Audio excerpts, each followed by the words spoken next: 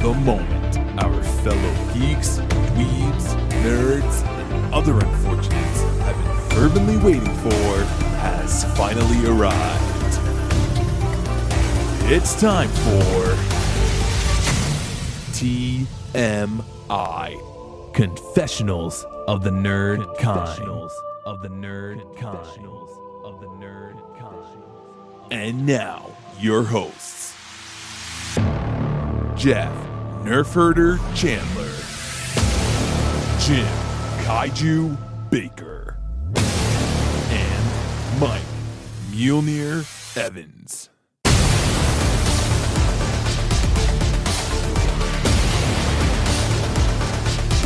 And now, let's get on with the show. Here is TMI.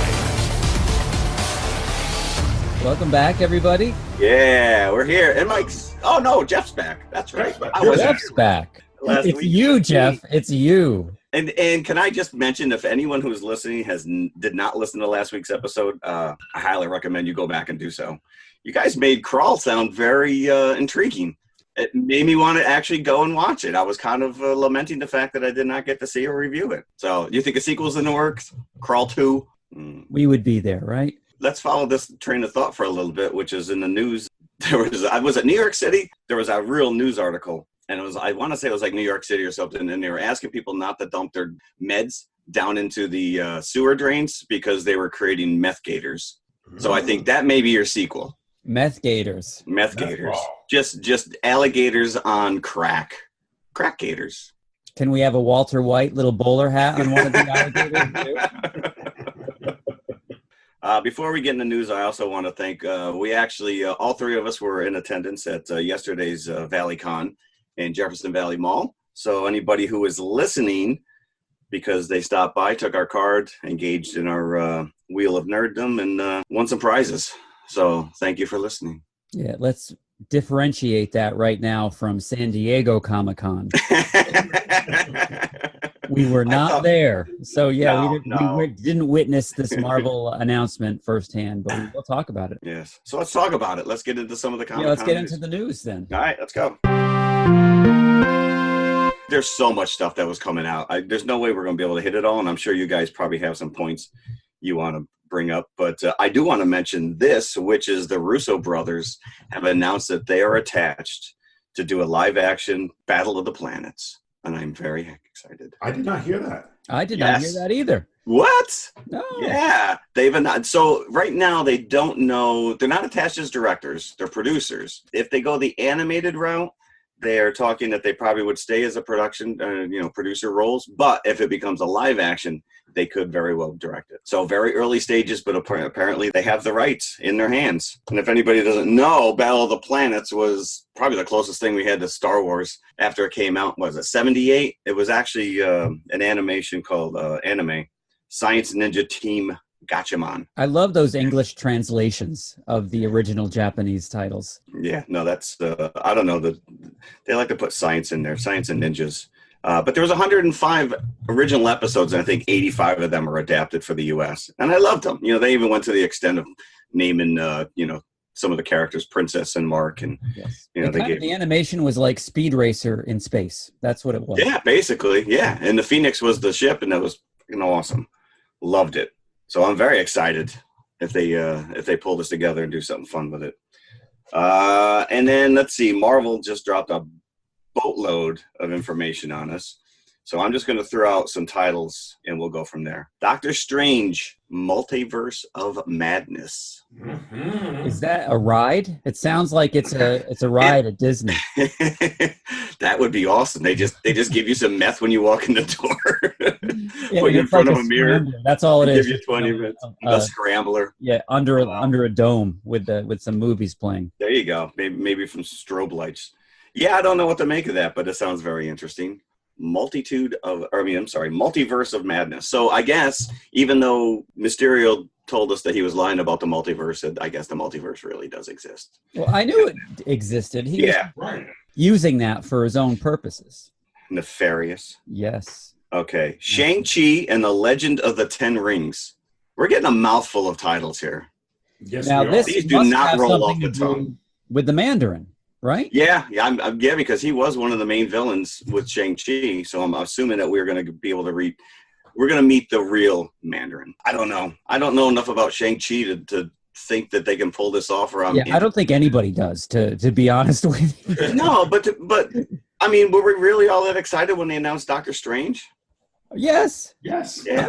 Okay. Okay. Back home. Just asking. Thor: Love and Thunder. Is that a Lifetime movie? Well, Taika Waititi is coming back to direct. Taika Waititi. And somebody else is coming back, right? Well, Natalie Portman herself, and she is picking up that hammer. She will be taking over the role of Thor. Everyone's worthy now. So I'm confused. Is this going to feature Chris Hemsworth at all, this movie? I would like to think so. Yeah. I'm guessing. So will it be dual Thors then? Well, I'm assuming that maybe something tragic happens to Thor and she has to go and save his. Right, because it's not like he's Donald Blake in the movies. It's not like he just goes back to his regular life. He is Thor. That's his... Right, so she's stealing his identity. I don't know. We'll see how they work it out. And then it's been confirmed that the Taskmaster is the villain in the Black Widow movie. Wow. And I'm actually very excited for that because I love that character. Taskmaster. Very nicely designed character, I have to say. He's awesome. Because his power was the ability to mimic anything that he witnessed, right? He had like photographic memory. Yes. So like if he saw Captain America throw a shield, he could pick it up and do the exact same thing. Looks like Blade's getting a reboot. That was a surprise. Yeah. That is a surprise. I wonder what their reasoning is for that. Maybe they just and yet they're still letting the Fantastic Four lie. Well, Fahey, so even though this was a pretty big announcement and it's really only the next 2 years. So this is phase 4, but you have to assume that they're holding something back for this D23, which is the big Disney convention that drops in August, and that they will be given, because Fahey actually walked away saying, sorry, I don't have time to talk about Black Panther 2, Guardians of the Galaxy 3, Captain Marvel 2, and don't even have time to talk about Fantastic Four and Mutants. So he left that little Easter egg there at the end. So I'm assuming that more information will be coming next month. So interesting, but I'm not all a titter. I don't know. You missed one. I did. What else was out there? What If? Oh, yeah, the What If, and that's animated, right? Yes. Yeah, that's interesting. And they have, you name it, like probably 90% of these actors who played these characters were coming back to do the voice. So very interesting. You're right. I forgot about that one. Yeah, and we got confirmation on what we pretty much already knew about all those other shows they're going to debut on Disney Plus. Right. We got WandaVision. That just... Not Wanda and Vision. I guess they didn't want to go the Laverne and Shirley route or Tom and Jerry. They just they dropped the ampersand. That could be its own channel. WandaVision. Loki. And the Winter Soldier, right? And we got Anthony Mackie holding the shield there at Comic-Con. Loki, which I guess they confirmed takes place when he disappears in Endgame. So. And then, of course, What If will also be on the Disney Plus channel. And Hawkeye as well. Oh, that's right. Hawkeye, yep. So, yeah, it sounds like they might as well just make an Avengers channel. Unless I missed it. They did not reveal where this is all leading to. If there's another... Well, that's right. Right now, you would like to think... we didn't really know anything about Thanos until the end credit of Avengers, right? Yeah, and I was convinced it was the Super Skrull because he has the same chin. He's got the wrinkled chin. That's my news. So this week, we have on our docket the entire Season 3 of Stranger Things. Spoilers. We will be spoiling this. So if you haven't seen the series yet, turn it off. Fast forward to our review of Twilight Zone, the movie, and then come back. So we rejoin all of our characters in Hawkins, Indiana. You'd think they'd move. Everybody would move by this point. And they kind of do at the end of this. Well, I was going to say at the end they do. They finally are like, well, that's like the people who keep moving into the Amityville horror house. Yeah, I know. Where you're just like, get out. All right, we're leaving. I don't think I want to get out. Get out. Right. You get out. I paid for this house. And fast forward to 2 months later. Okay, I think it's time to get out. The U.S. government has moved out and the Ruskies have moved in. But not exactly in the empty building. They have taken root below the Starcourt Mall, of all places. You would think they would try to find somewhere less conspicuous to hold their secret evil experiment. I got the impression that they built the whole mall as like a... Because they were It's like a building up cover. land, because the mayor of Hawkins is played by Who's a Carrie. jerk. How do you pronounce his last name? I've never known this for the last 30 years. How to pronounce this guy's last name? Yules? I just have his character name, which was Mayor Larry Klein. He's obviously he's from The Princess Bride and a number of movies that we've all seen many times. Oh, Carrie Elwes? Carrie Elwes, that's him. That was him? I didn't even pick up. I need to pay attention. Wow. Carrie Elwes, thank you very Elwes, much. He Elwes. plays the mayor. There you go. He's been doing real estate deals all over Hawkins, buying up land. And the Starcourt Mall, which is a new mall that was put into Hawkins, is part of this deal. And as we learn a little bit later on in the show, it's like a Russian real estate deal where they're buying up land so they can make their secret experiment. So they have this whole underground network beneath Hawkins. And the entrance point is below the Starcourt Mall. That's where they're trying to get into the Upside Down. Because if you remember, in season 2, Paul Reiser's character, there's a throwaway line about them being in a race with the Russians. And in this season, you actually see the Russians that he is referring to. One of them is a very Arnold-esque Terminator type Oh my God, that's security exactly. guy. Yeah. I mean, straight up Schwarzenegger. Although he kind of looked like Lance Hendrickson. Yeah, it was a cross between Lance Henriksen, Robert Patrick, and Arnold Schwarzenegger. He was kind of like this unstoppable guy. It was very similar to the Terminator music cue whenever this guy came on screen. So that is one thing I will say about this show, which is, it kind of it puts its nostalgia right on its sleeve. it does. And it is right in your face, too. Right. And obviously, if you're a kid watching this, you're not going to get a lot of these references anyway, no matter how much in their face they are. But for someone of our age, it's just, hey, I know what they're doing. Yeah, it's nonstop to the point where it kind of takes you out of the show sometimes because you're constantly looking for these little nods. But it's a lot of fun at the same time. It is. Pick up on what they're doing. There's a Jonathan scene where he tried to put his pants on. It just straight up emulates Marty trying to put his pants on in Back to the Future, and he falls face first. And Back to the Future plays a big part. There's a lot of Back to the Future references, yeah. And there's just everything. Well, I mean, we'll get into the mall itself, which is just absolutely brilliantly realized. Although in 1984, my mall did not look like this in any way, shape, or form. I probably had one kid dressing in a Frankie Goes to Hollywood relaxed shirt. Well, you're a year off, Jeff. Not 85. Not 84. 85, it wasn't. 85. No, we were a little behind the times up there. Although I will say, I wish I knew the casting agent because I have plenty of family members who still have their original 80s hair. They could have easily just been. And I will say the one thing that mall was missing was a Chess King. The minute I went to college and actually had some money, that's where I did all my shopping. But they did have a Sam Goodies. They did have a Sam Goodies. Was there a Walden Books? Orange Julius. Orange Julius.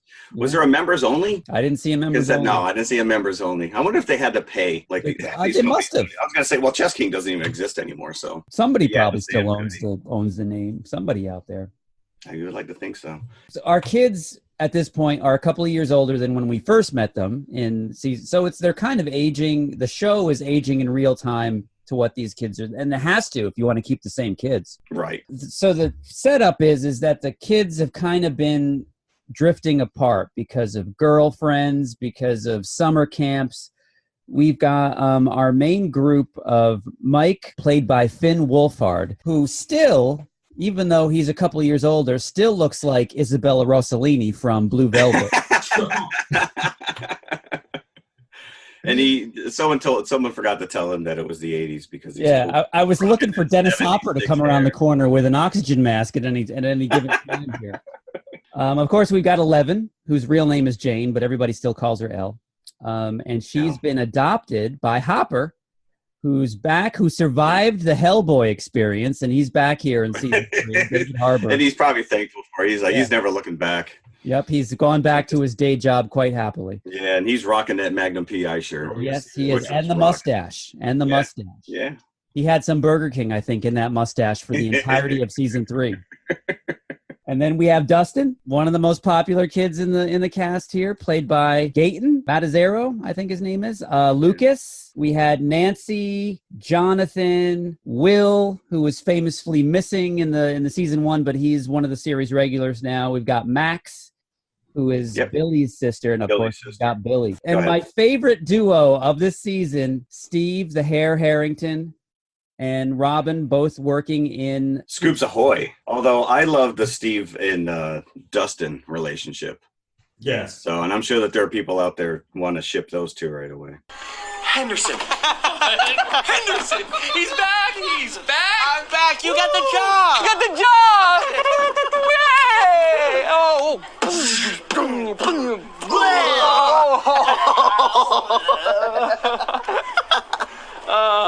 How many children are you friends with? And Billy. Don't forget Billy. Billy had a big role. So imagine this, right? You just mentioned before with Steve. He gets a call from the executives, and they're like, "Good news, Joe. You know, we're gonna bump you up from a guest star to a regular, but we're gonna put you in this ridiculous Donald Duck costume for the entire show." He's like, "I'm on board." He Well, rocked this it. was just another step towards my reality because, Mike, I know you experienced the same thing. I worked in an ice cream shop when I was a teenager.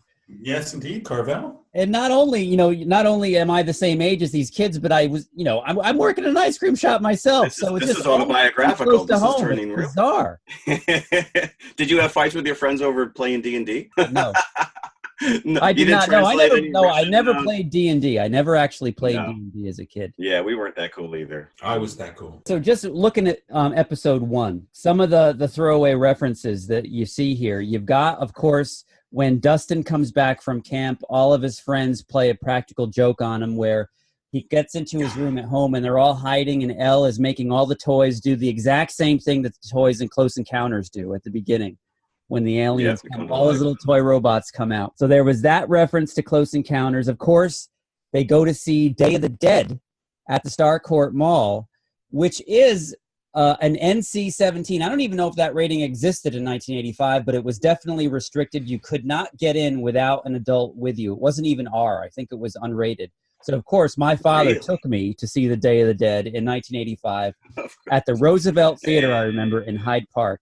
And I loved every minute of it. So that was very true to reality. They couldn't have got into that movie by themselves because they wouldn't have been allowed. So they had to sneak in to actually get into the film. And of course, the Lardass reference, which plays into Stand By Me, which Billy yells at the kid who's running at the pool. I mean, they do a straight up homage to Fast Times at Ridgemont High with the pool scene, with that Billy pool scene. I mean, they're even playing the same music, except it's the girls that are oohing him, the older women.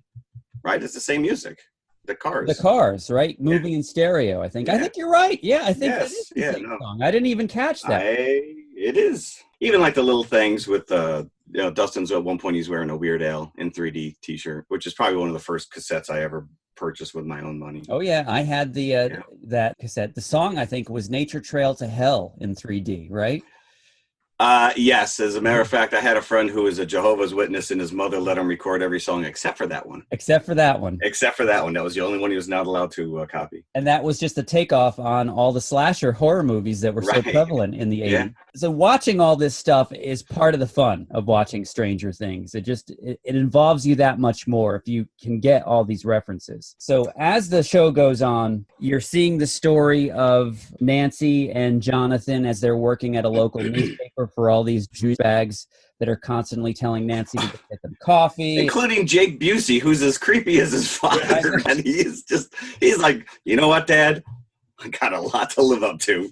He's got the same teeth, so he's already halfway there. Yeah. But I think the last time I saw Jake Busey in anything was Starship Troopers. Yeah, you're right. And he looks the same. He looks exactly the same. He does. And we didn't even mention Winona Ryder. She's a nostalgia in and of itself. Yes, she is. As Joyce, child of the '80s. So her story is going on with Hopper, and they're all the kids in their own little groups and factions, and Joyce and Hopper, and then you've got Nancy and Jonathan. They're all coming at this issue with the Russians and the Upside Down.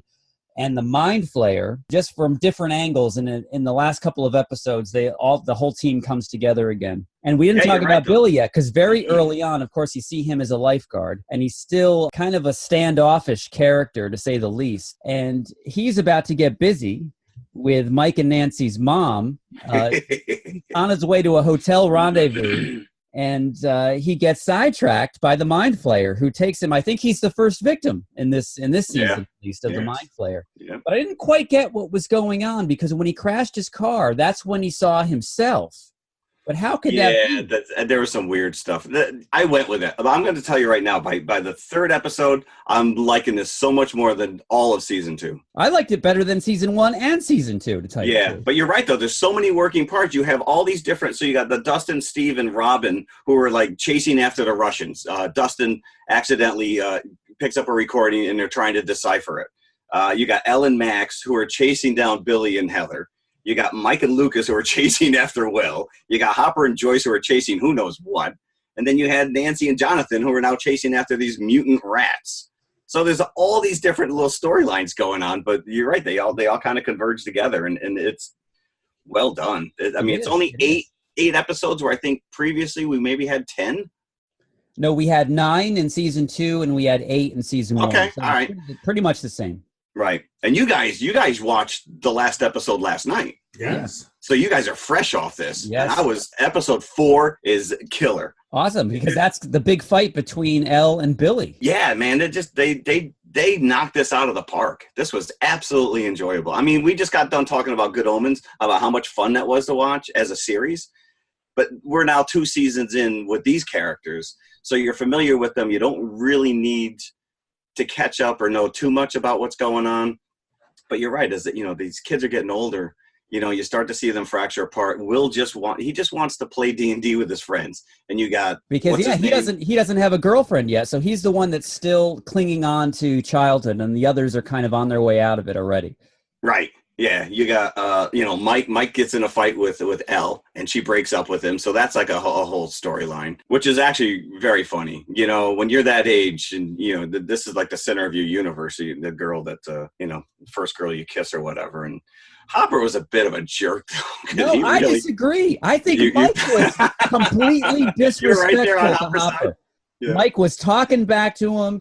I'd be terrified of Hopper if I was Mike, but he's the sheriff. I think I would be too. But I think he overreacted, and of course he's continually going to Joyce, who I guess you got over Bob pretty quick, huh? Yeah. And did you get that?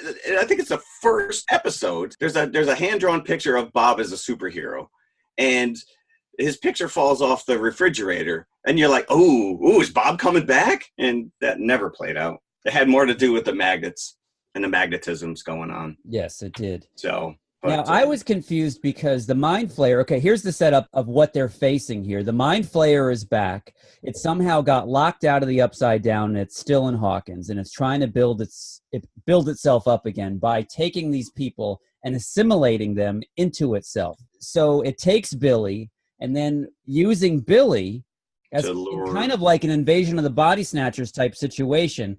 Billy is recruiting others and bringing them back to the mind flayer, so they're being assimilated into the whole. Yeah, and there's that scene where he goes to Heather's house for dinner, and the parents are the dinner. So I was thinking to myself, because these people, once they become part of the mind flayer, at any given time they can disintegrate, very much like the Blob, and then slither back to the main body of the mind flayer. So they're all part of this thing. So I'm thinking, are there actual bodies somewhere else? Are these people actually dead now and gone now? Right? Are they done? But it wasn't the case, because Billy still sort of had his consciousness at the end. So they got through to the real Billy. But you assume that everybody that the mind flayer took, and it was a considerable amount of people, are dead. And the rats as well, because rats as well. Yeah, they had some sort of question of like their moral compass as to, if we kill this mind flayer, we kill all the people, and then they went on to kill the mind flayer. They're stupid kids. They're like, I don't know what else to do. I guess we got to kill it. Now, of course, as Jeff mentioned, Robin and Steve and Dustin pick up a coded Russian message over Dustin's walkie-talkie. No, actually over Cerebro, which is Dustin's super walkie-talkie transmission thing that he's trying to contact his make-believe girlfriend, his mystery girlfriend that he went to camp and came back with, and she was hotter than Phoebe Cates, was yet another Fast Times at Ridgemont High reference. So they hear this Russian message, and Robin and Steve are trying to translate it with a little Russian English dictionary, and they finally do. And of course, it all ties back to the mall. So this is the ultimate teen fantasy, where they have to save the world, and they don't even have to leave the mall. They don't have to leave the mall. Hey, we could go shopping at the same time. Yep. But again, you got to picture the fact that all of this action is taking place with Steve and Robin in those sailor suits with the hat. But that's And some of the lines that they have in those suits just play out better because of what they're because they're wearing the suits. Like, and all those like digs that Robin gets in at Steve in the early episodes, like, how many children are you friends with? Right, because they keep coming. Right. So it's great. Yeah, and then we were introduced to Lucas's little sister Erica, who I guess I was probably 7 episodes in before I realized that was supposed to be his sister. Oh, really? She was in season 2, wasn't she? Yeah. Was she? I don't remember, but she comes in and she ends up joining the Dustin, Steve, Robin team. So what happens is that Robin, Dustin, Steve, and Erica, they have a plan where they're going to get into the secret Russian base, which is underneath the mall, and they do. And once you get down there, I don't know if you probably have never seen it, but that movie, Day of the Dead, is about an underground facility while the zombie apocalypse is happening overground. The scientists that are still alive are in this underground facility trying to figure out how to end the zombie apocalypse. And it looks very similar to what they've built here as a set, this underground set. So that was another shout out, in my mind, at least, to Day of the Dead. I thought at least one of those bunker rooms down there looked like the control room in the Death Star. Yeah, that's very possible as well. Yeah. No, like you said, probably not one single frame in here, if you think about it, is original. Probably. No, right. And I'm sure that somebody's using that as a detractor, and it's like, oh, they can't come up with anything original. Everything is just stealing. But it's done so well, and you really care for these characters. It's a lot of fun, and like you said, some of the throwaway lines, when they're trapped in the elevator. And they're like, wait, we could just jump. What do you think? Pete the mall cop's going to rappel down here and save us? Like, and Erica, she basically gets them to offer her ice cream for life in order to help them out. Speaking of ice cream, another throwaway line when Dustin is there and just absent-mindedly licks the scooper. And Steve's like, oh, dude, come on, man, not my scooper. And he twirls it like a gun and puts it back in his holster. Puts his holster. Yeah. So speaking of Erica, can we bring up Murray, who was another one of my favorite characters this season? What, you're just gonna waltz in there like it's Commie Disneyland or something? I'm sorry, who are you? Erica Sinclair, who are you? I'm sorry, why is this 4-year-old speaking to me? I'm 10, you bald bastard. Erica! And then they go on, his handle becomes Bald Eagle, much to Bald Eagle. Bald Eagle, I repeat, this is Scoop Troop. Do you copy?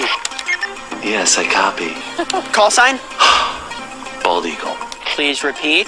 Bald Eagle, this is Bald Eagle. Copy that. Good to hear your voice, Bald Eagle. What's your 20?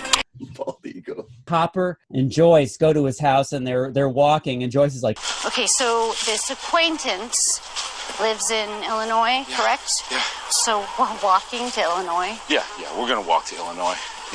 I figure we'll get there by like Friday evening. I hope that works with your schedule. We're not walking to Illinois, okay? Okay, well then what are we doing? I don't know. Yep. And then we get to the last episode. we lost a couple of characters in episode 8. Some, it looks like for good. So they have the final battle with the mind flayer happens in the mall. Elle, for some reason, loses her powers. Is this ever explained at any point during the season? No. Why this happened? Really, yeah, because she's always been the go-to, and they just kind of like fall behind her. Yeah, because early in the season, she has a couple of throw-down, flat-out battles with the mind flayer, which are very impressive. But by the end, it's like she can't give anymore. She's got no telekinesis left in her at all. Whenever she tries, the telling thing is that her nose doesn't bleed, even when she's trying at the very end. So it seems to think that she's now just a normal kid, that the power has gone away. So the mind flayer has everybody pinned down in the mall, and then you've got Joyce and Hopper underneath trying to shore up the Upside Down, because the thought is if they close the Upside Down for good, then the mind flayer has no more connection to it, and then he's defeated. Although I don't really see how that happens because he's already out of it. So I don't know. He's already up there, right? Yeah. You have to go with it, right? You go with it, right? But even though Elle has lost her powers, she still beats Billy because at some point earlier in the season, she mind melded with him and she saw some of his memories as a child. And you kind of get a deeper understanding into his character now, why he is the way he is, just because he's been neglected all of his life. Very sympathetic. So she brings up his mom, and then the real Billy comes out, and he takes a stand against the mind flayer, who impales him with one of its tentacles. Yeah, so again, you kind of have to go with it because you assume that Billy at this point is the mind flayer. So how could this even be happening? Right. You just killed yourself. Yeah. So that's the first death, is the death of Billy. So apparently he is not returning because that looked pretty final to me. Yeah, that's not a flesh wound. No. And then because this all coincides with Hopper actually successfully, finally beating this Russian Arnold Schwarzenegger down below. He cannot get the upper hand against this Russian guy until he finally sends him sailing into the giant laser that is opening up the upside down. Oops. And that is what destroys the thing, is the Russian going into it, and then the upside down closes, and then the mind flayer is destroyed up on top where they're battling it in the mall. But wasn't it really Joyce with the keys? It was Joyce with the keys, actually. Yeah. But it was kind of at the same time. He threw the Russian in, and then she flicked it, and then it all happened simultaneously. It seemed like it was destroyed twice. Yeah. Yeah, and that's not sure Susie coming to the rescue, who all season long we were teased that he had this magical girlfriend, and all of a sudden she steps back in. Yes. Well, let's talk about that. Because that was my favorite scene. Because, oh my God. Because everybody thinks that Susie is made up. Right. And she is not quite, a ringer for Phoebe Cates. No, but, But it is funny when you see the inside of her room. She's got pictures from The Wizard of Oz, and she looks just like Dorothy from The Wizard of Oz. Yep. And they sing the never-ending story to each other over the walkie-talkie. It was so awesome. It was the greatest thing ever. Which is kind of, is such a niche thing in itself. You would not only have to be familiar with that movie, but know that song, which was, I think, at best a minor hit for Le Mans. Yeah, but I think when that movie came out, I mean, that song was probably all over MTV. Yes, it was. And that was his Le Mans, right? That was his only. No, he was in Kajagoogoo, if you remember. So right. But I mean, as a solo, yeah. Right. And that song is just, I mean, it's such a wonderful, fantastic moment. And if, again, you could probably go on YouTube and find that scene. And it is so, because they're in the middle of this massive battle, and all of a sudden she comes online, and he's like, Susie, I need you to shave me. And she's like, oh, Dust Bunny, no, what do we got? And she forces him to sing the song together. And the music just picks into it, and the other kids are just staring at him like, what the hell is wrong with you? And they almost do the whole song, and it's like they did. No, it was great. It was absolutely phenomenal. That last episode had everything you want in the series finale. It did. And at the very end, once the upside down is closed up, Hopper disappears. So you assume that he died, but you can't assume that because you saw nothing. So he's just not there anymore. And at the very, very end, there is a post-credit scene, which is almost unheard of on Netflix because you never see credits on Netflix. No, you never see. Well, yeah. So, but then once you do see, you do get a post-credit scene, and then you're in a Russian gulag, and they're throwing a prisoner into what they have a Demogorgon in this Russian gulag, and they throw a Russian prisoner. But at one point, they go by another cell, and they say, no, not the American. Let's take this Russian prisoner. So you assume that this may be Hopper in this prison cell somehow. Could be. It could be. I really thought we were going to lose Joyce, to be honest with you. They were dropping little nuggets here and there, and I thought we were going to lose Joyce. Really? It turned out to be that would have been terrible if that had happened. She's one of the. It would have been. And as we mentioned at the beginning, basically the family's like, all right, now we're going to move. Now we're out of here. Even our mall's not safe anymore. So. Now, did you notice that when they go to see Back to the Future, they're coming out of the theater, and I noticed two of the other movies that were playing on the marquee: Return to Oz, Pee-wee's Big. Yep. And The Stuff, which talk about The Stuff. I don't know what that is. That's like a Blob ripoff. Really? It's almost like, what do they call that? The fluff that you can eat. It's kind of like fluffernutter. marshmallows. Fluffernutter. Fluffernutter. It's like Fluffernutter that comes alive. That's the stuff. That's the plot of the stuff. Is it white? It's like the blob. Okay. It eats people. Oh, I caught Pee-wee's Big Adventure, Cocoon, and Fletch. Okay. Those So were- yeah, those I were- only caught Return to Oz and the stuff. So I think that we've successfully gotten all 6 movies in the multiplex. And I was waiting to see because they show you at the very end of Back to the Future, you know, where we're going, we don't need roads. And in the original release, it did not say to be continued. It just cuts to black. And then when it was re-released a year later, when they realized that it was a hit and they were going to put 2 and 3 out, they added that. So I was waiting to see if they were going to drop the ball on that one. So I mentioned there's an Easter egg phone number. You didn't listen to it either? No, I didn't listen to it, but I couldn't find where the Easter egg was. I want to say it was either in episode 6 or 7. I think when she was trying to get a hold of Murray, they were trying to, because that's is that the and he rattles off the phone number. But if you call this phone number, it's active, and the character actually leaves a message, and he says, "If this is my mother, please call between 5 and 6. We talked about this. This is Joyce Byers. Please get a hold of me as quick as possible." So I don't know if that's implying that he knows something about maybe Hopper's whereabouts for season 4. I don't know. I just thought it was cool that they actually dumped a real phone number in there with a message from the show. Now, do you get a charge for when you call this number? That's a good question. I don't know. I'll find out in a month. I'll look on my bill. There'll be a $50 charge on probably to Netflix. They're like, "Thank you very much. We'll take some more of your money." So let's go to that mall. I want to go to that mall because it's they used an abandoned mall outside of Atlanta. Oh, really? They did? Yeah, yeah. It was an abandoned mall. They manufactured 40 storefronts. So imagine the opportunity here. So if they actually reopen that mall, how many people would come to it? If they called it the Starcourt Mall? If I could go on a Russian tour down in the basements, it'd be even better. Let's go. Yeah. Let's take it to my tour. Let's go mall tour. Yeah, we could be like Tiffany. We'll just do the mall tour. Yeah. Did we catch Paul Reiser's character? Yes, of course we did. Yes, because he shows up with the cavalry at the end. I thought he died last season. I don't and you know it's the cavalry because all the helicopters have red, white, and blue lights on them. There you go. I did like the fact that they didn't pull in the Sean Astors or the Paul Reisers, you know, like they didn't bring in the pseudo celebrities and just kind of pad this out. They let our main characters just kind of have their day. So well, they had Cary Elwes, right? He was in there, unrecognized. Yeah, but I didn't recognize him, so it doesn't count. It did take me 3 episodes to realize who that was, though. Yeah, I completely missed out on that. That's Buckets. Is that what you're asking? Okay. I got to go at least a solid 4 1/4, if not 4 1/2. That last episode alone just. Yeah. So again, this is by far my favorite season of this show. 4 1/2 for me. 4 1/2. 4 1/2 here. There you go. Yeah. Across the board. Solid entertainment. A solid recommendation from TMI. Go watch this if you're on the fence. Go watch it. Yeah.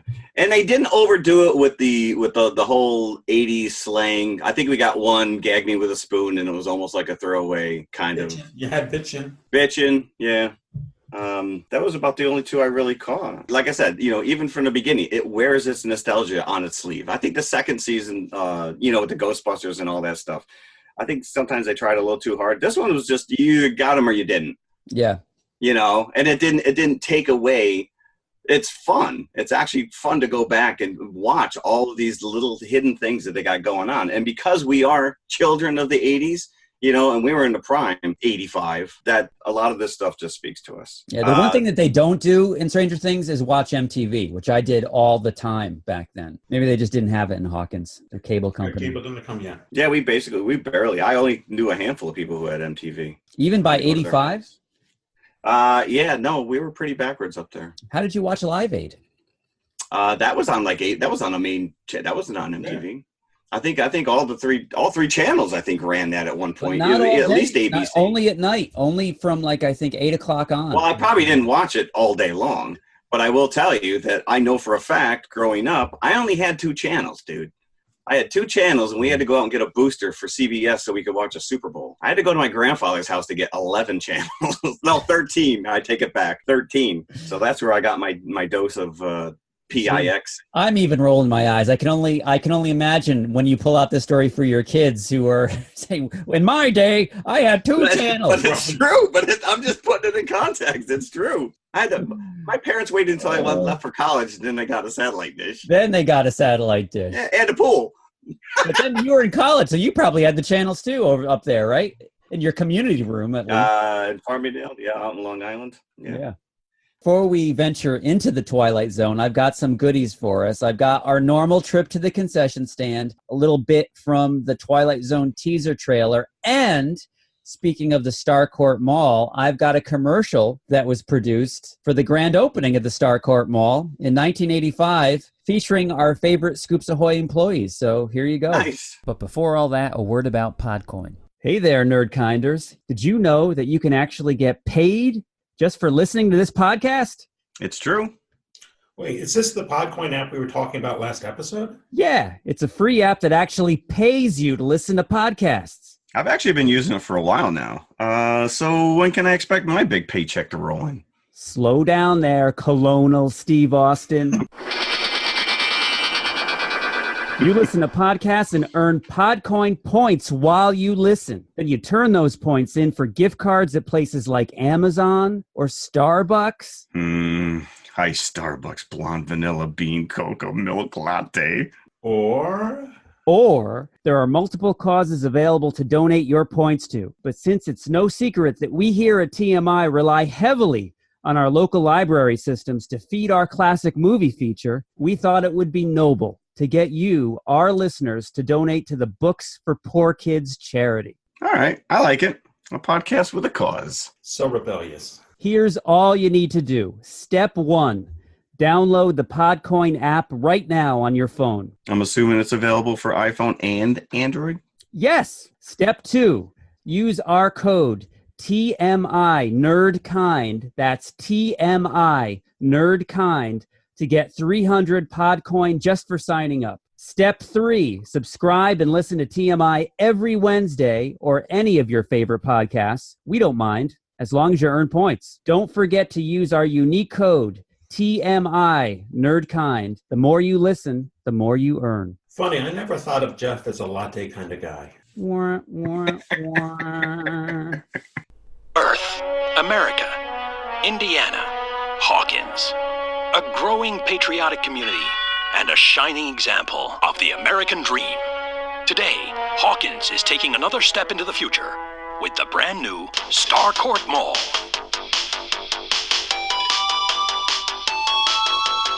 Families, friends, and of course, teenagers can come together to shop, hang out, dine, and enjoy. With retail options for every member of the family, including the Gap, Walden Books, and Sam Goody. Starcourt Mall has it all. And don't forget, a state-of-the-art food court is just an escalator ride away, featuring America's favorite place to cool down, Scoops Ahoy Ice Cream Shop. Ahoy. Ahoy. Ahoy! Starcourt Mall is one of the finest shopping facilities in America and beyond. So come on down.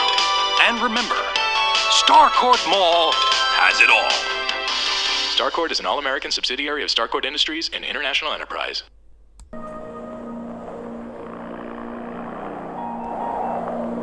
On June 24th, 4 acclaimed directors, George Miller, John Landis, Joe Dante, and Steven Spielberg, take you to another dimension. Pause and refresh.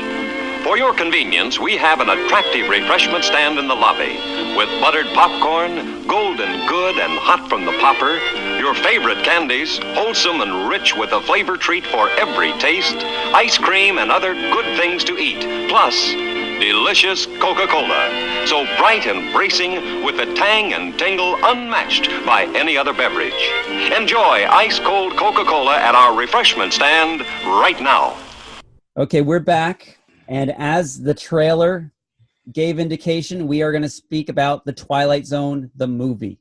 which was released on June 24th, 1983. It had a budget of $10 million, and it did make it back. It made more than double back. It made about 30 at the box office, 30 million, but not the runaway hit that they were expecting. To be fair, it was playing against Return of the Jedi, which had been out for a month already, but was already dominating the summer box office of 1983. And it also did have, and we would be remiss if we didn't talk about this, there was already a lot of controversy about this movie, about it being even released. The fact that Vic Morrow, who was in the first segment as the racist, was killed by a helicopter accident on the set of this movie. Along with two children. So there was a lot of pushback that this movie even came out due to that fact. Yeah. You can't, it just, that hangs heavily over this entire thing. Yeah, because I kept waiting for that first segment. You cannot watch that first segment without thinking. No. I remember reading the Rolling Stone expose on this whole, and like as a kid, like it just boggles your mind to think that somebody could die making a movie. I mean, you hear about it all the time now. Stunt drivers, stunt men, or whatever. Something going wrong that happened on Deadpool. But this was a main actor. Yeah, this was the main star, and he actually said his last words were, I think this may have been a mistake. I should have got a stunt double. Crazy. And he had a premonition that he was going to die in a helicopter crash. Horrible. And so this was, yeah, you're right. This was ugly. This actually split up Spielberg and Landis as friends. Yeah, because it also came out. Arrested. If you read some of the stuff about this, that the two kids were hired under the table. When you hire kids to be actors in a movie, they can't work at night. There's certain stipulations that you have to go by. They can't be around explosions, all this stuff. They went under the table so they could shoot the scene of the kids at night with Vic Morrow. So I think they were all acquitted. Yeah. But still, that's some serious negligence. But there's no relationship now between Spielberg and Landis because Spielberg was not happy with the way that, the hiring of the kids and everything, led up to the accident. Well, that was Spielberg's reputation on the line as well. They were producers. They were co-producers on this thing. Right. So I did read that Spielberg filmed his segment in 6 days. I think he was just disgusted with what happened. And it seems it's like it takes 6 days to watch his segment as well. It seems. We'll get into it. So this first one is just the guy's a racist bastard, and it's ugly, but there's nothing redeeming about it because I'm assuming that if the story had progressed and they should have just not used the story. Yeah, because it just cuts. And the one thing with the Twilight Zone is that there's always this moral message. There's always this twist that makes you think. And, so the guy ends up in a train going to Auschwitz at the end. He gets persecuted as a Jew. And that's it. He doesn't get there's nothing redeemed about him. It just, because obviously they didn't have any more story that they could show. Right. Now, this episode was called Time Out. Now, the Twilight Zone, the movie, is made up of 4 different short stories. So it's what we call in the biz an anthology. You like that? I like it.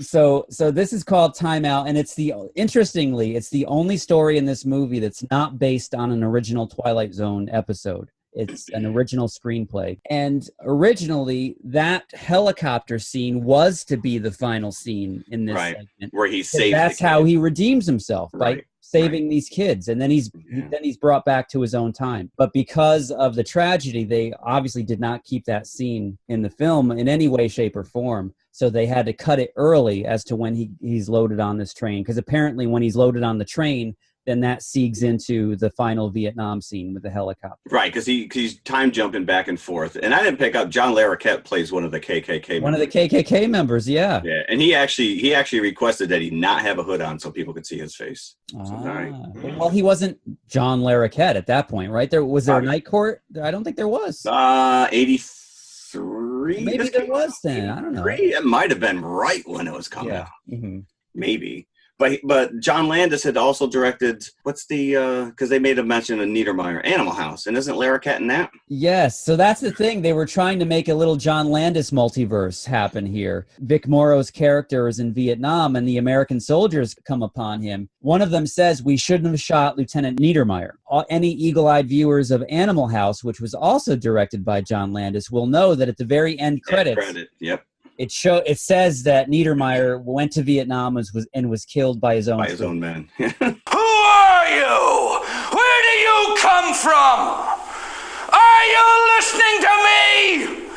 What do you want to do with your life? So that was pretty funny if you got the reference from Animal House. I mean, there were things I liked about this. It just, there was nothing. Looking now, it shouldn't have even been in here. I think it's impossible to give this whole movie buckets. I think you really have to break it apart. So if I were to give buckets to Time Out, I don't know if I could even give it a bucket because it's not because of this tragedy that hangs over this thing. You're not even invested in the story. The only thing I took a note, which I thought it was cool, that when he first ends up in Germany, like they don't translate or they don't give you subtitles of what the Germans are saying.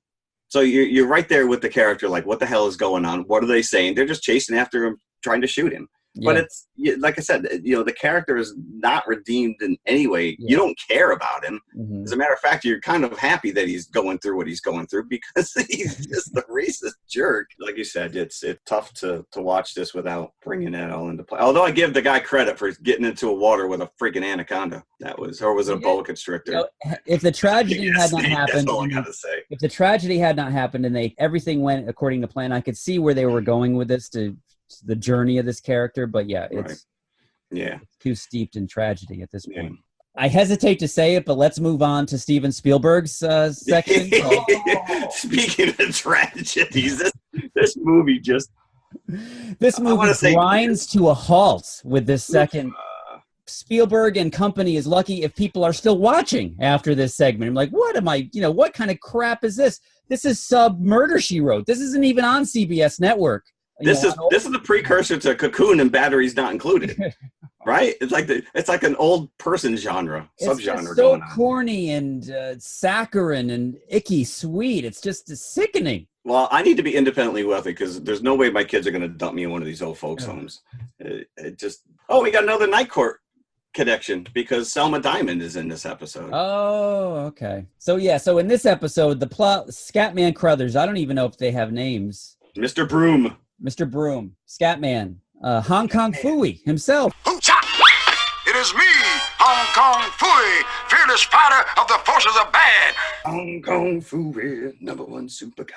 So he comes in as a new member of this nursing home and is talking to all of his fellow, I'm going to say inmates, and they really are. No, it's tragic. In this nursing home, talking about nostalgic things and what they used to do as kids, and they're all talking about the different games. We're doing that now. Right?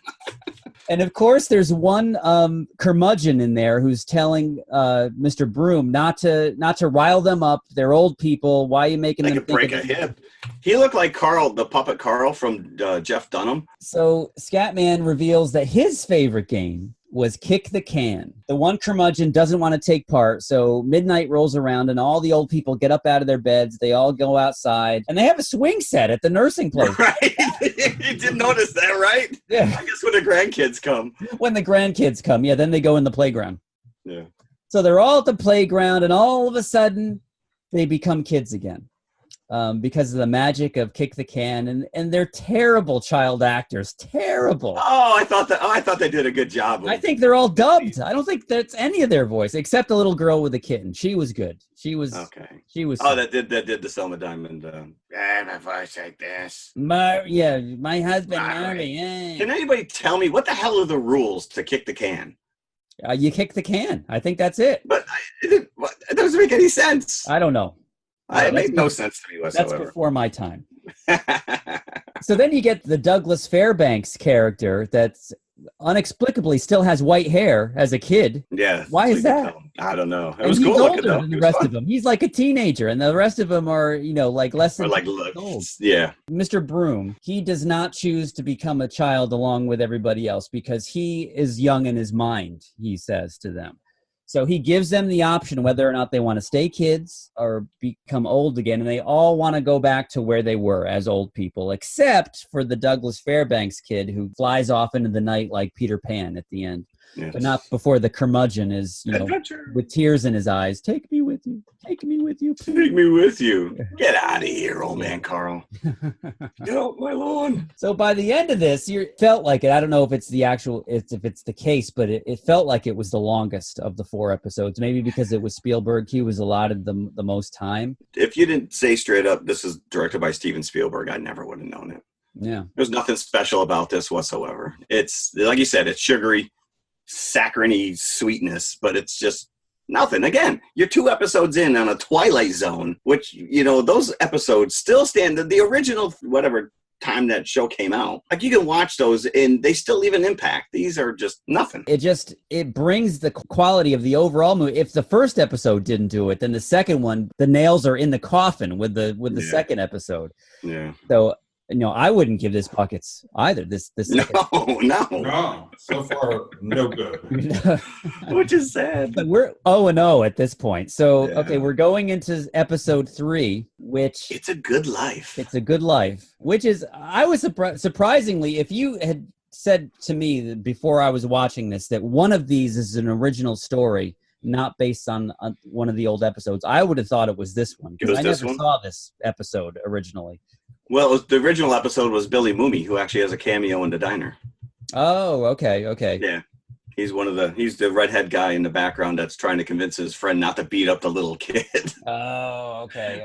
Who's screwing up with the video game, and it's affecting the television. So now that you know that this kid can do anything, because he's pretty much like, you know, he's like the Beyonder from Secret Wars. He is So whatever he thinks of, or what. This omnipotent character that can do anything. Now, this is directed by Joe Dante, who is coming off Gremlins. This was pre-Gremlins, actually. Oh, it is pre-Gremlins. Before Gremlins, yeah. So he had like that whole little subgenre as well, like Gremlins, Inner Space, Explorers. And at one point, so he meets this lady, and she's driving a Gremlin, which I thought was kind of ironic. And that's not the last Gremlins reference that we get in this. Well, you get Dick Miller, who's the guy behind the counter. He was in Gremlins. Yep. You know, he's also in Terminator and Explorers. So we realize later on in this episode that this kid Anthony, who's in the diner, and because the main character, her name is Helen Foley, and I don't know if she was a teacher or what she was, but she was moving cross country. She had all of her stuff. She was like somehow on the run. That something was weird going on. Or something was chasing her. I don't know. Played by Kathleen Quinlan, and she's in this diner, and this kid Anthony's playing the video game, and as Jeff said, every time he hits it, it creates static on the TV, and that's just an offshoot of this kid's power that's doing that. It's not the video game at all. Yeah, that was my right. That was my. So Helen Foley stands up for the kid when one of the big bullies knocks him down and tells him, "Yeah, stop playing the video game, kid. You're interrupting our game." An adult like beating up this little kid. Yeah. And to make matters worse, she's pulling out of the diner and she almost runs him over, which again also he takes a hit. They had to have like a stunt kid because he took a hit on that bike. That's crazy. So he talks. So she takes him home. Yeah, she takes him home. And first of all, if you don't get the message that something is wrong here, when you see tons of abandoned cars all around this picture perfect home in the middle of what looks like a desert, she still doesn't seem to think anything of it. She goes inside and meets his family. Now, one of the members is Uncle Walt, which must be a reference to Walt Disney. And the house itself is set up like a cartoon house where you would see Sylvester and Tweety live with Granny, or Tom and Jerry live. As a matter of fact, there's a perfect mouse hole in one of the shots with a door. Yep, just a cartoon. And there's cartoons on the TVs in every floor. Yeah, in every floor. And his sister Ethel, played by Nancy Cartwright, who we know better as Bart Simpson today. Cool! Comics from the 70s. Superman versus Patty Hearst, Evel Knievel jumps the Jackson 5, Batman and Rhoda. Check out these ads! Let's see, X-ray gum. Cool!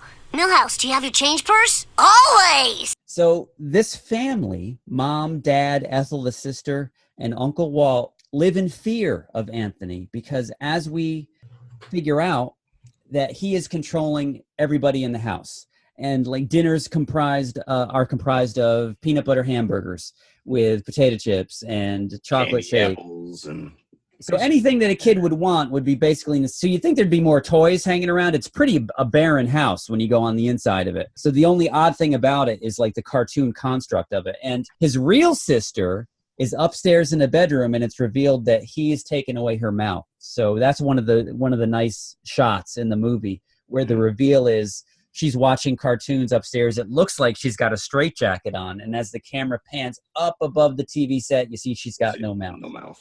Yeah. So that was a really nice visual.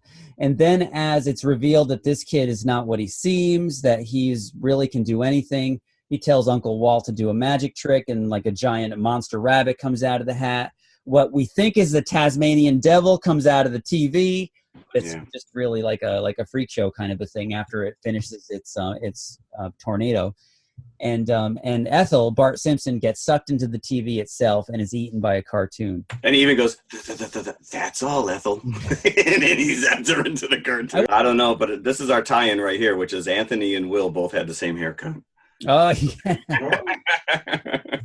I will say, the set design was very, I mean, it wasn't even a word yet, but it was very Burton-esque. You're right. It was borderline kind of, and those creatures, Rob Bottin, who we brought up a couple episodes ago, who designed the look and feel of Darkness for Legend.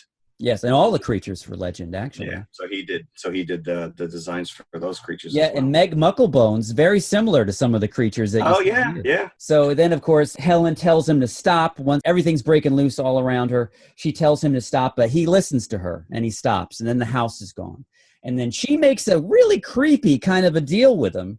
She says that she will stay with him forever if she can harness his powers. Now, what she wants to do with his powers, we don't know. I don't know. I kind of got like a Sith master and apprentice feel going on there as they're riding away, and I'm like, always two there are. So then as they ride away, like flowers, and it's kind of like, again, bringing up Legend, how we were talking about how originally the unicorns in Legend, wherever they stepped, flowers and plant life would grow, and that's how it kind of is as the car drives. Yeah, you're right. Yeah. Sunset. So this was definitely closer to what you wanted in a Twilight Zone. Yes. Episode. Yes. So you were kind of coming back in with this episode. You're like, okay, they got me now. Let's see what they have in the fourth episode. And because the creatures are straight up creepy. They're scary. But they're saving the best for last, definitely. Oh, they did. With episode number 4. Now, episode 4, which was a direct remake of the episode Nightmare at 20,000 Feet. That was a terror. I thought it was Terror at 20,000 feet. Terror at 20,000 feet. There you go. I thought it was 30,000. They were flying low that day.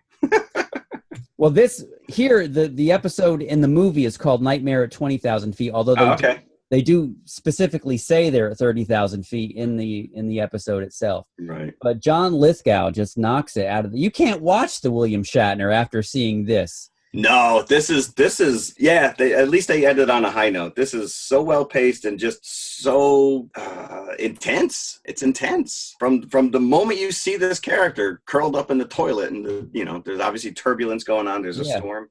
And directed by George Miller, who is coming off The Road Warrior. Yeah, so that's So just with the music and the camera, as you said, is with Lithgow the whole time. So if you're in any way afraid of flying yourself, you are right there with him on this plane. And nobody and you mentioned else the music.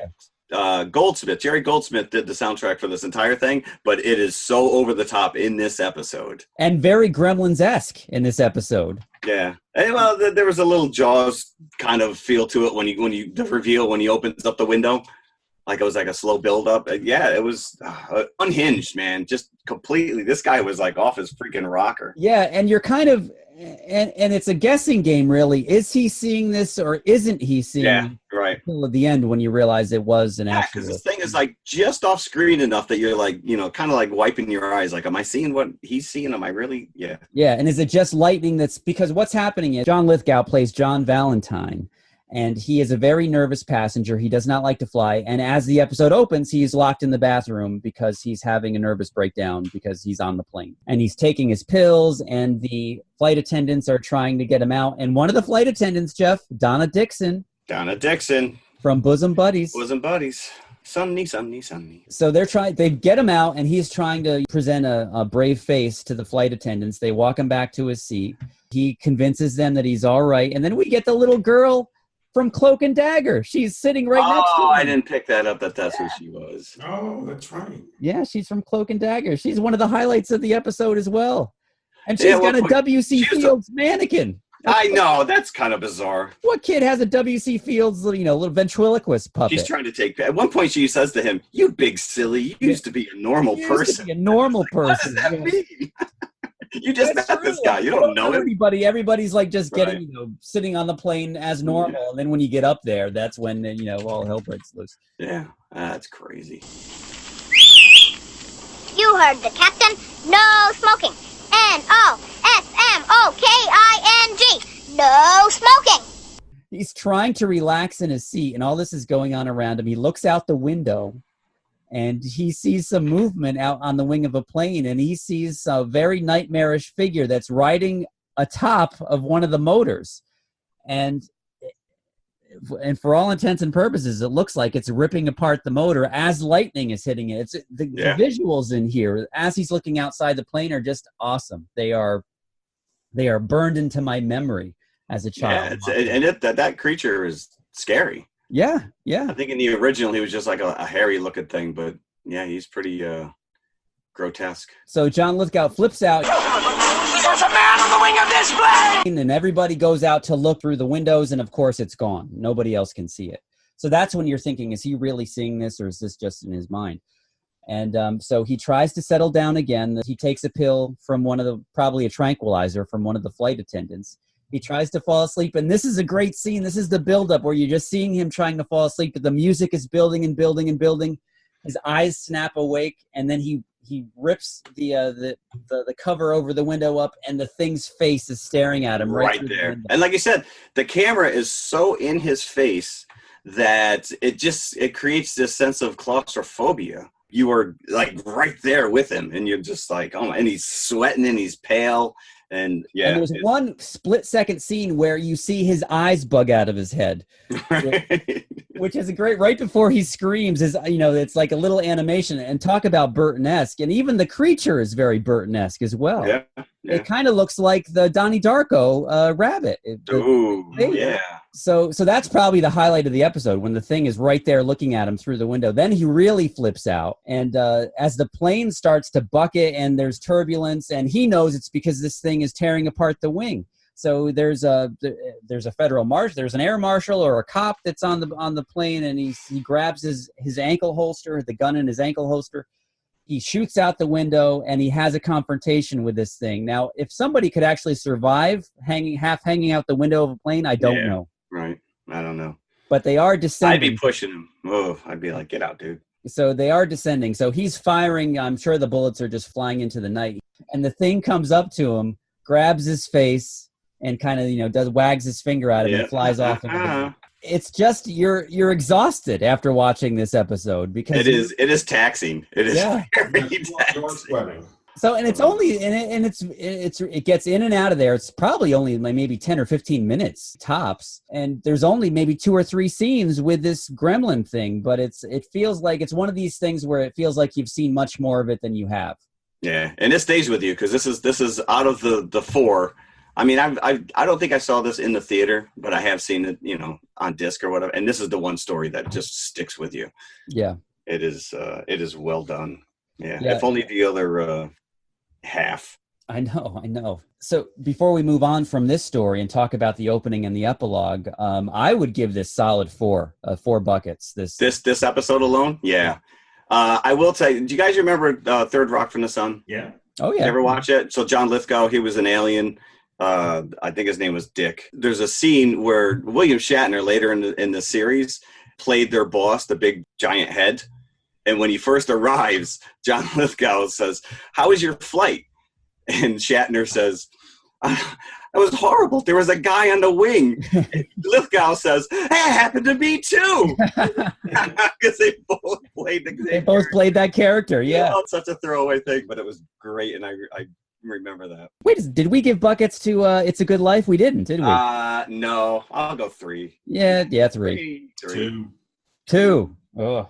Just for the creatures. So yeah, let's talk about the opening and the epilogue, right? Yeah, because this is kind of weird, this opening. It's nice. You got Dan Aykroyd and I couldn't remember the guy's name. Albert Brooks. I kept saying Nemo's dad. Nemo! Once you hear that name, you can't. And once you hear that voice, you just can't. Yeah.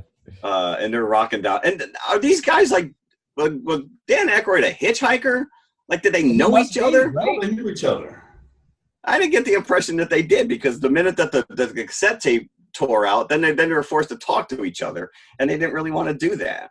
Yeah, I got the impression that he was like a stranger, a hitchhiker. Yeah, right. Because why wait until now to reveal himself? And that's a nice opening. That's a fun, like, all right, I'm in for this ride. This is cool. Yeah. Now this was directed by John Landis as well, and it's very similar to that scene in American Werewolf in London where he's having the dream sequence. And he's there's that shock scene where he's a vampire in the hospital bed in the woods. Oh yes, and he opens the eyes with the yellow eye. Yeah. And it's the same sound effect of the panther or tiger or whatever that he uses. The same thing. So it's a very similar effect. Yeah. So much so. So when I saw this movie originally when it was released in 1983 at the Juliet Theater in Poughkeepsie, which was a vintage theater that they had changed into a 4 theater, but it used to be like one big screen, but they had broken it up into 4 theaters. And I had seen this, and that just scared me out of my pants when that jump scare came up. Yeah, so much so that it's hard for me to watch it now. Like I kind of have to flinch. Like, I know it's coming. I know it's coming. Well, this was so meta too, because they start talking about old Twilight Zone episodes. Yeah. And they bring up Burgess Meredith, and the one thing we didn't mention, which is all of these episodes are led in by a voiceover, just like Rod Serling used to do, but they used Burgess Meredith, who was in quite a few episodes of the original Twilight Zone. So yeah, you assume that Albert Brooks is killed by Dan Aykroyd's character, because you hear the terrible sounds of his body being ripped apart as the camera moves over the car, and you hear the Twilight Zone theme. So at the very end, when John Lithgow is in the ambulance after the plane lands, and the crew sees all the damage that this gremlin in the air has done upon the engine of the plane, and they're like, "What the hell happened up there?" You see John Lithgow in the ambulance, and the driver is Dan Aykroyd, and what does he pop in but Creedence and the Midnight Special again? He must have bought a new cassette, because that one was ruined. But how he's going to pull this transformation with other people in the ambulance and he's driving, I don't know. So you don't get to see that. No, it was just a nice little sight gag. Yeah. So yeah, as you said, Jeff, a really promising lead-in with that shock scene at the beginning, but then you just kind of, your expectations all downhill from there. Just go this off does the not, cliff. except for those last 2 episodes, especially the last one. It doesn't hold up at all. But still, leaving that theater after watching that 20,000, the plane one, I was so stoked and just, as I said, exhausted from that experience. I brought my friend with me the next weekend to go see it, and as we're sitting through the first episode, it's like, what the hell did you bring me to watch? I'm like, just be patient. Just be patient. It's coming. It's coming. So, now you could just wait a week and watch it on. So yeah, this movie was much higher in my estimation, in my memory, because of that last episode. But then when you watch the whole thing, you remember how terrible the beginning is. Yeah, I saw an IMDb review, and the title of the review is "A Very Funny Movie," and I'm thinking to myself, did you watch the same movie I did? Because I can call this thing is many things, but it's not funny by any means. I don't think I laughed once. So yeah, it's not something that we can give buckets to, really. How could you? Because of the varying quality of these stories in this movie. It's an oddity. Yeah. So Mike, you were not a fan of It's a Good Life, huh? I was not a fan. I was not. You know what? I think I liked it better when I first saw it in the movie theaters. Maybe because I spent my hard-earned money to go see it. Correct. Right. So sometimes you're like. But when watching it now, I'm like, whose idea was this? We know whose idea it was. So a nice 80s tie-in, I think, to Stranger Things. Agreed. Yeah. Yes, agreed. So that brings us to our confessional this week. Confessionals. And we thought we would make it a Stranger Things confessional as to who is your favorite character from the series. So I'll go first. Okay. I'm going to stick with season 3, and I'm going to say Steve the Hare Harrington. I think he was the highlight of season 3 for me. I'm going to follow that. Oh, go ahead. I hated him in season 1. Absolutely. He redeemed himself, though. He did redeem himself, but just remember what he did in season 1. He took the innocent Nancy away from Barb, let Barb sit by herself out by the swimming pool, and she got attacked by the Demogorgon. So it's his fault. It's his fault. Am I the only one who still is waiting for Barb return? Hey, you did see her in the newspaper article, right? At the end of this? I know. I just got the feeling that we're going to see, she'll even go. when you saw all the little, I don't know. I want to see. So yeah, just because the fact that I hated him so much in season 1, and I kind of started to turn my feelings around in season 2, but I still was on the fence, even though he was a hero. They were trying to build him up as a hero in season 2, but season 3 was over the top. I loved it. The whole ice cream thing, the relationship with Robin in the ice cream store. I thought it was great, and I enjoyed every minute that he was on screen in season 3. Yeah, Dusty led the pack for me going into season 3, but I agree with you. Steve stole my heart in this one, man. Loved him, and kudos for pulling off that Donald Duck cosplay, all 8 episodes. You can already get that costume on Amazon. You can. Of course you can. Yeah. I went back and forth, and I really like the new characters like Robin and Max, and I was like, okay, but I still like Mike. I like 11, so I don't have a favorite one. I like the ensemble. Yeah, okay, that's fair. They're all my favorite, right? They're all my favorites. I can't choose just one child. Yeah, it's like your kids. Yeah. No. But do you think going into season 4, we have to get to the bottom of where Elle came from and what she really is? Well, they kind of already, you know who her mother was. And yeah, I guess. But did they imply that there was more out there? Didn't she run into that other girl that there's this old... They did, yeah. Right, there's at least 10 more, right? Right, I mean, she was 11, and I guess we'll find out. There you go. Stranger Things 3. So next week is one of our 5 bucket episodes. So we're talking Captain America Winter Soldier. Perhaps, even after Endgame, for us at least, the height of the Marvel Cinematic Universe. And we're going to give you our reasons why next week. So it's another, I know you've been waiting for it, people, another 5 bucket episode. It's been a long time. And if you don't agree with us, fight me. Yep. If you don't agree with us, email us. Tell us. Again, we are at TMI Podcast 2018 at gmail.com. That is TMI Podcast 2018 at gmail.com. So there you go. There you have it, Stranger Things. We will see you next week, 5 bucket episode. Gentlemen, nice. It's been a pleasure. Excellent. Gag me with a spoon. Oh, come on. Yeah, I don't know. If he's missing bones and stuff, you can bend like Gumbo. You mean Gumby? I'm pretty sure it's Gumbo. What kind of beer do you like? Heineken. Heineken? F*** that shit! Pabst Blue Ribbon!